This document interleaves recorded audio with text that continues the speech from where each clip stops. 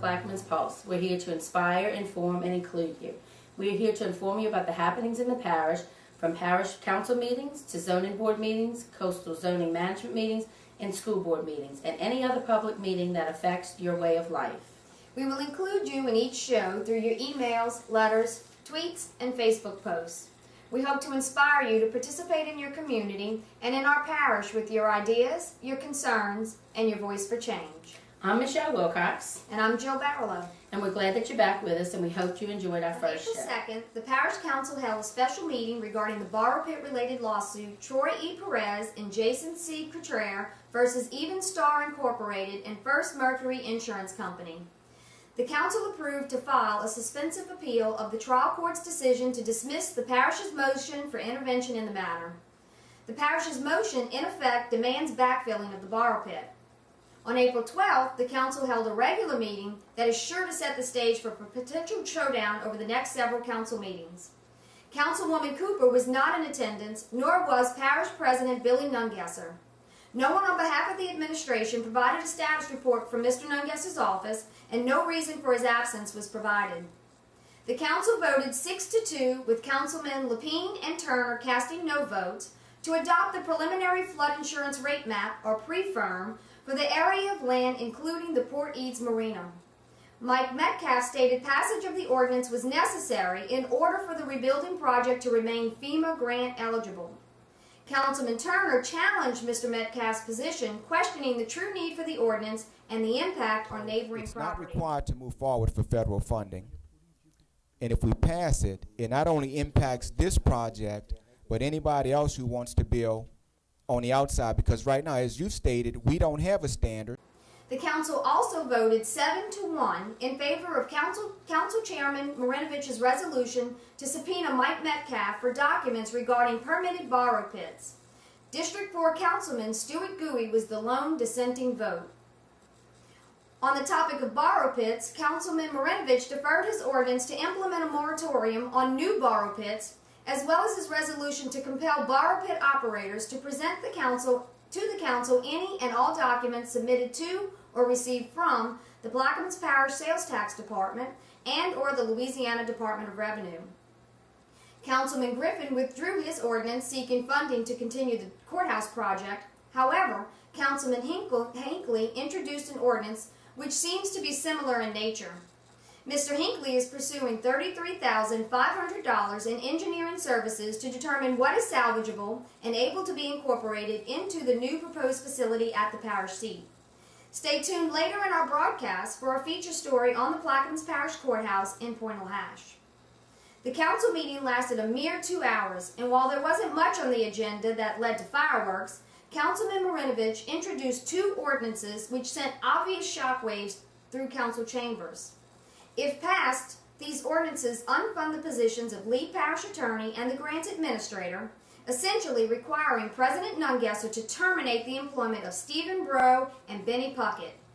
Lead parish attorney Stephen Breaux has been the subject of multiple WVUE Lee Zurich investigative reports, including a story highlighting Breaux's connection to the former Sheriff Jeff Hingle and Benetech scandal. In September of last year, Lee Zurich exposed that Breaux, while working for Hingle, became the attorney for Benetech at the same time Benetech was being hired to do work for the Plaquemines Parish Sheriff's Office. Another notable introduction is Councilman Gooey's ordinance to no longer require the administration to present the top 3 proposals for professional services, including consultants, at council meetings as required under current regulations. The administration's failure to comply with current law has been the source of debate during recent council meetings. It's worth mentioning that the language in Mr. Gooey's legislation also allows for the acceptance of verbal proposals. Councilman Lapine introduced a resolution requiring the administration to provide a report of campaign contributions made to council members and the parish president by any person or firm that would be the beneficiary of any award or amendment to a contract prior to the council voting on such awards and amendments. Councilman Marinovich introduced a resolution to return $4 million in FEMA funding to the project to rebuild the Port Sulphur lockup, which was redirected by President Nungesser without council approval as required by the parish charter to an emergency operations center project in Belle Chase. If passed, this resolution will prevent the loss of 25% of this FEMA funding and enable more efficient use of Sheriff Office resources. While Councilman Griffin introduced a resolution to move the council meetings to the Daybank Community Center, Councilman Hinckley introduced an ordinance appropriating $2.5 million for the F. Edward Hebert Government Complex. Other introductions include a resolution to seek professional services to perform a compensation study for all unclassified parish employees, an ordinance to make New Year's Eve a permanent holiday for parish employees, and several ordinances to fund a variety of unclassified port jobs, and an ordinance for the port to buy the Sheriff Office's interest in a helicopter, indicating seeming growth and development at the port. Thank you, Jill, for the council watch. I did get a few emails and I had many phone calls. Exactly what is a borrow pit? Please tell us, because I know I was confused at first too, but we've had a lot of questions about it, so just explain what a borrow pit is to everybody. To put it simply, it's an area of land that's dug out, and the extracted material, such as clay, sand, or gravel, is used for projects at another location, like levee construction. The issue of borrow pits, in and of itself, I mean, borrow pits themselves aren't controversial. Right. The controversial aspect of borrow pits is pertaining to the backfilling requirements. It's the backfilling aspect of our laws that were deemed unconstitutional, and it's the backfilling that's often opposed by people who want to construct new borrow pits. Right now, is it required to backfill the borrow pits that exist in Plaquemines? Well, I guess that's a source of debate as well. If you recall from our last show, we had a feature story on Judge Cleese, and we reported that he ruled 18-1, which is the borrow pit ordinance, and Right. he ruled it unconstitutional. And the focus was the aspect of backfilling. Okay. Well, what is the benefit of not backfilling?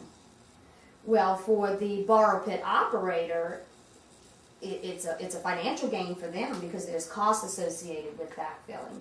Backfilling essentially means we said that they dig out a hole, they take the materials they want, and then to backfill, they have to fill it in with some other type of material. And that costs the borrow pit operators money, so therefore it's less revenue for them. So if they don't backfill, then we just have a big giant hole somewhere that they dug out?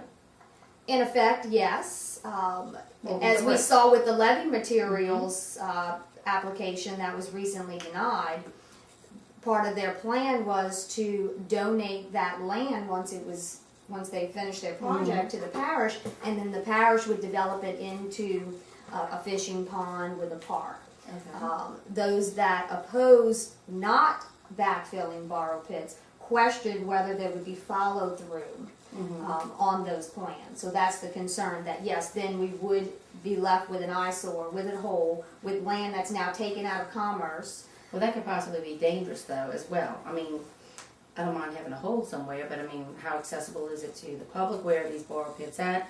And actually, how many borrow pits do we have in this parish?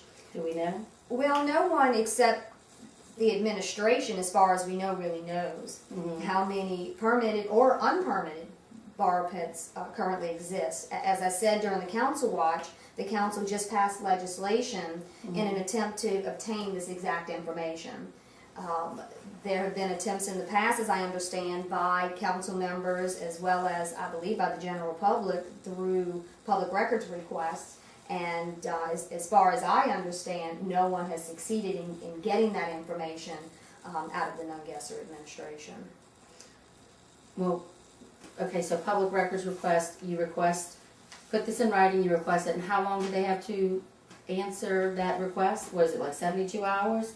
I think it is. It's 72 hours. I believe they have 72 hours to respond, saying whether or not they, first of all, have to give you the information, and then they have to give you an estimated time frame of when they're going to respond, or provide you with the information that you requested. And so far, that hasn't been done. In many cases, from what I understand, yes. I personally haven't submitted any public records requests of this nature, but it's certainly been something that we've heard at the council table frequently over the last couple of years. Just as frequent or as recent as the last council meeting, Councilman Burris from District 5 expressed frustration about a public records request. As I recall, we have a clip to show our viewers. Councilman Burris was frustrated that he was told in order to get the information pertaining to his district, he had to file a public records request.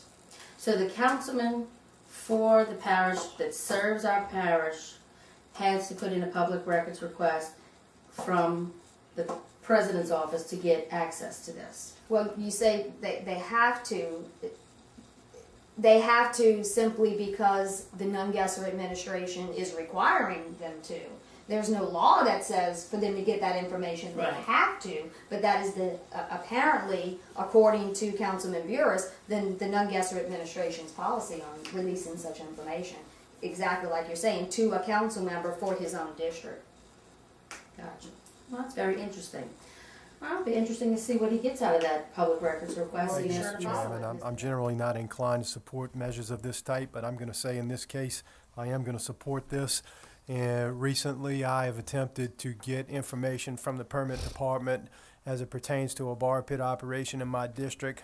I would like to know what word I could use that's stronger than stonewalled, but nothing comes to mind right now. I was flat out told that the only way I could get any information regarding a borrow pit in my district is if I filled out a public records request and it went to the parish president to be approved or disapproved by the parish president, and that's a shame. Turn to the general news in Plaquemines. Former Sheriff Hingle's sentencing hearing has been pushed back from May to June 27, 2012 at 9:30 a.m., pending further cooperation on his part. Former Sheriff Hingle was charged with conspiracy to commit mail fraud and bribery of federal funds back in October 2011. I've been asked quite a lot since the last show about the Moretco update concerning the Walmart development at the corner of LA 23 and LA 406. Walmart development is somewhat at a standstill for now. Judge Franklin Foyle did not grant Moretco the preliminary injunction that would have prevented Plaquemines Parish from applying new zoning regulations and the construction moratorium to the company's massive Walmart development. Without the injunction, Moretco must abide by the parish's moratorium. Judge Foyle wrote that since Moretco did not obtain a building permit on the project, it is not legally entitled to one. On February the 28th, Moretco filed an appeal with the Fourth Circuit Court in New Orleans. We're waiting to find out now where it is on the docket. On another note, the Louisiana House Bill, the school voucher bill, on Monday, April the 2nd, 2012, a large group of Plaquemines Parish teachers and faculty lined Highway 23 at the intersection of 406, the busiest corner of Plaquemines Parish, to protest Governor Bobby Jindal's school state voucher bill. We will have State Representative Chris Leopold here to discuss with us the controversial bill, that all the ins and outs of it. We do have him on later in the show. State Representative Chris Leopold will also be back here to discuss the tenure bill, House Bill 974, in the coming weeks. House Bill 61 is the state employee retirement bill. Representative Leopold states that the bill does not have any impact on teachers. House Bill 1 is the general appropriations bill. The bill includes the MFP formula. If it passes in its current state, a 10% funding cut will be a loss of $12 million from the state for our public school district. The MFP formula, for those who do not know, is the formula in which the Bessie Board uses to determine funding per district in our state. House Bill 385 was introduced by Representative Helena Moreno. This is a bill that would require any resident that was displaced shall not be considered to have vacated his residence for purposes of voter registration and voting unless he or she changes his registration address or claims a homestead exemption at a different residence. This was introduced after the big controversial pitch in St. Bernard, after people were coming back to vote in St. Bernard, which almost overthrew an election. Hi, we'd like to welcome our newly elected state representative, Chris Leopold, to the Pulse. We'd like to congratulate him on his win, and we'd also like to, we're very excited about it being here. He's actually our first guest on the Pulse, which we're very honored to have him here. We are interested in hearing about the House Bill 976, which is the voucher bill. Can you explain to us a little bit what that's about so we can understand exactly where it's come from and where it's going? Sure. This was the voucher bill or school choice bill, and it started in the House, went to the Senate. They made some amendments, and it came back to the House and was voted on and passed. I voted in favor of the voucher bill. It was moved through both houses very, very quickly, probably too quickly, and it was very, very challenging to keep up with the issues as they changed. But in its final form, I was pleased with it, and the reasons I voted for it is representing 3 different parishes and school districts in my representative district. 2 were not accountable, and of course Plaquemines is accountable. And with this voucher bill, there's a provision in it that allows a double opt-in procedure where a school system that's accountable can choose to either accept or not accept the voucher. So that's a protection for our local accountable school system who's already doing their job. So it made it kind of tough because I had all different types of school systems that I was looking out for. For people who don't know what the voucher bill is or have never experienced this voucher bill is actually pretty much a ticket for a child to go from one school in his district to another school outside of his district and being paid for by your tax dollars. Is that correct? That's correct. Okay. But it's not the grade that the student makes, it's the grade that the school gets. is. Exactly. That's Correct. what I think the confusion that we've been hearing about is coming from. People don't know exactly what the voucher bill Is that what you mean by the term accountable? When you say accountable Yes. school system? Accountable school systems are non-failing or A, B, or C. Okay. That's the way it was. Of course, the school system has a new grading system recently, which is a letter grading system as opposed to numeric, but that's how it is now. That's correct. And that's going to affect our schools how with the public school and the private schools that we have here. Well, private schools can choose to take vouchers or not take vouchers, Okay. and so can the public schools. Okay. So if they choose not to, then we won't be affected. Correct. Okay. Perfect. Now the other House bill that we were concerned about was the House Bill 974, which is the teacher tenure bill. It's still in phases of being changed and worked out, so we're going to have Representative Leopold back at another time to discuss that. And I don't know, Jill, do you have any more questions for Representative Leopold? Yes, can you tell us if there's any other upcoming legislation that may affect Plaquemines Parish? Yes, there is. We get to vote on the master plan. We don't get to amend it. They've already had public hearings where we went on record with what we thought were some areas that could have been improved, but I'll get to vote on the final adoption of the master plan coming up.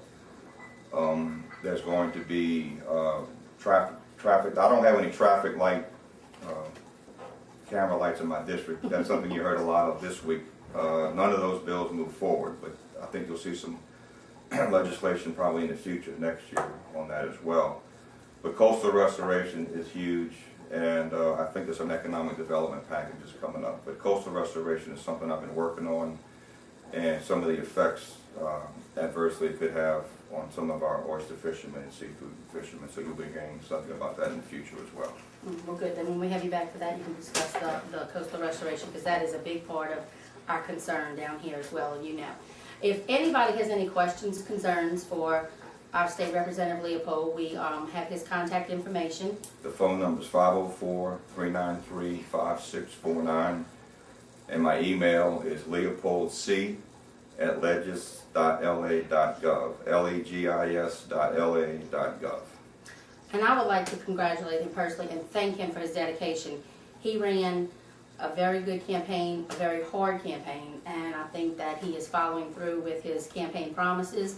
And that's, you know, we, especially myself, will hold him to that. But he has children. He knows what it's like to live in this community, and I don't think that he would ever make decisions based on selfishness or what's not good for everybody. So just hang in there and contact him. He's always accessible, and he'll answer anything that he can for you. But thank you for coming. Thank you. Thank you. The crime report from March 31st to April 13th is as follows. Bellchase report had 15 reports of theft, 2 reports of theft from a vehicle, 1 report of assault with a deadly weapon. In Jesuit Bend, we had 1 report of assault with a deadly weapon and 1 report of theft. In Myrtle Grove, 1 report of theft. Port Sulphur, 1 report of breaking and entering, 1 report of theft, and 1 report of theft from a vehicle. In Narren, we had 2 reports of theft, 1 report of theft in Empire. In Buras, we had 1 report of theft. Davant, 1 report of theft. And in Braithwaite, 1 report of theft.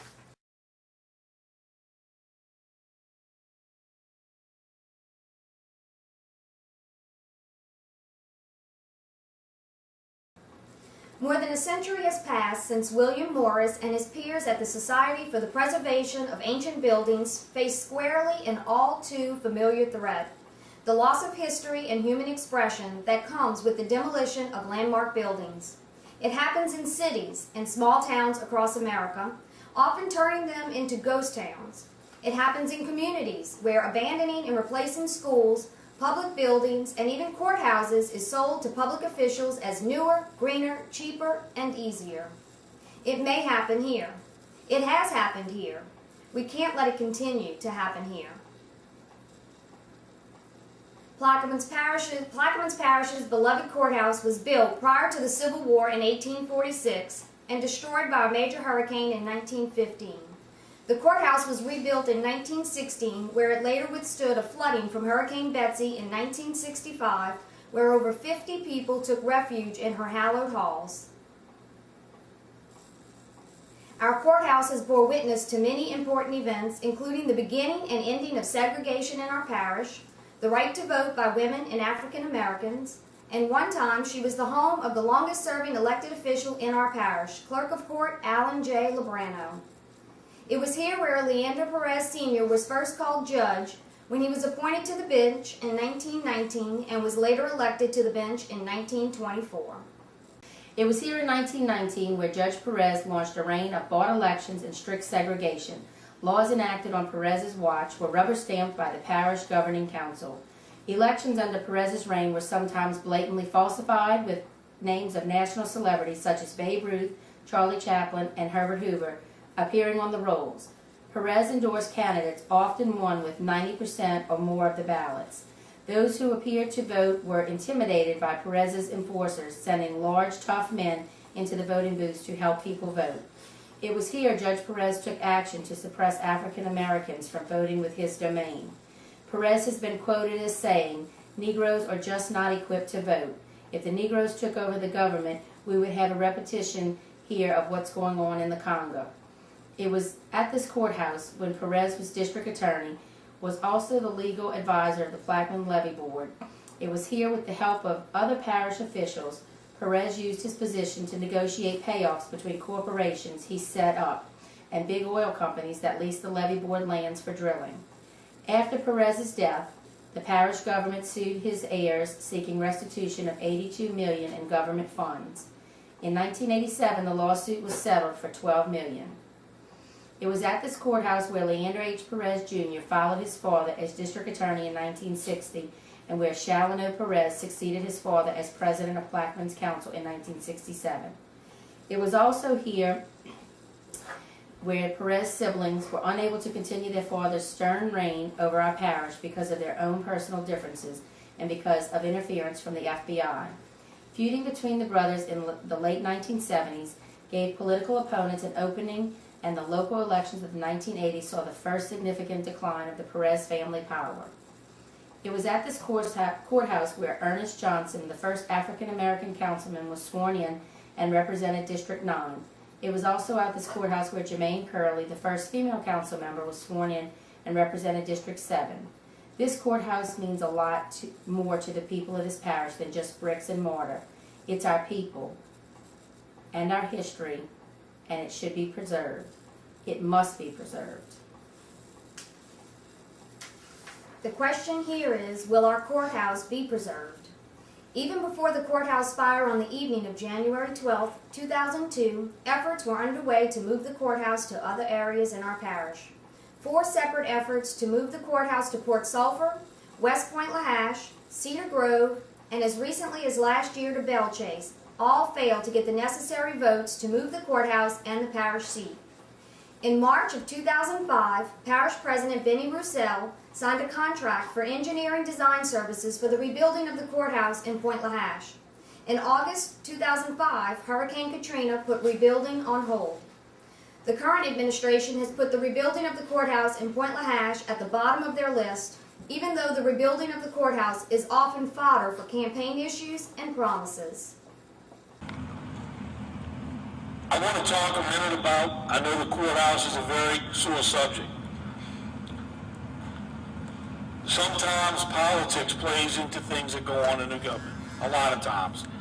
I'm only always going to tell you the truth. Before this year is up, the council, I believe, will vote to put it out to a vote of the people again. Is it right? Is it fair? The council, in this parish, the council makes those decisions. What I recommend, and I recommended it 3 years ago when I first took office, that this side of the river get together and craft legislation that if it passes, they might not get the 2/3. If they don't, start construction within 30 days. Give me the authority to do that. If it doesn't pass, then they leave the $2 million that's in the bank, allow us to get additional funds to rebuild the courthouse. My recommendation, if it would pass, would be a Katrina Museum that would bring tourists here. Remember, we're working to get the court to full the federal system, which will bring 500,000 visitors a year. Now, is that fair? The courthouse should go back there. You know, some people said, well, maybe we could sue to make it go back. Maybe we could. Because of the population shift, it's my belief that they will get it before the voters again. My fear is, I don't want to see that courthouse fall down. And my fear is, if they get 5 votes to put it to the ballot again, without putting money to that system, I would tie 5 jobs to it. So you got to hire 5 East Bank people, if it passes, to run that museum. I'd get everything in that bill you could. If you take the lead and introduce it, they're not going to vote against it. If you wait and they introduce it, we lose. If they don't leave money there and rebuild that, there's nothing I can do. But if we take the lead, and then if you want to campaign against it moving, and it fails, then all the money's there to start building it. But by waiting, why are we waiting? It's just falling apart more each day. If it goes to a vote to the people, and it doesn't get the 2/3 in that legislation, they have to fund and start construction immediately. If it passes, they got to start construction immediately to build a museum and hire 5 people to run it. At least we don't end up with a pile of rocks. Crafty words, Mr. Nungesser. The council gave you the authority to rebuild many, many times. So what do? You go behind the council's back and that of the people and solicit statements of qualifications and evaluation of firms for a consolidated government complex in Belchase and awards the project to All South Consulting Engineers. On January 31st, 2011, and approximately 9 months prior to the election to move the parish seat, All South Consulting Engineers sent correspondence to Parish President Billy Nungesser and confirmed they have begun design of Phase 1 of the Plaquemines Parish Government Consolidated Government Complex. Page 2 of the document reveals the component of the Government Consolidated Master Plan includes the court facility and all offices that were formerly located in the Point Lahash Courthouse. In 2010, the last council passed legislation to begin the design phase to begin the rebuilding, and Councilman Hinckley has recently introduced legislation to continue the design phase, which will hopefully save our beloved building and start the rebuilding of historic Point Lahash before it turns into a ghost town. The election to move the parish seat did not pass this time or the last 3 times. Call it what you want, courthouse or museum. It's time to start rebuilding. It's time to save our courthouse before it's too late.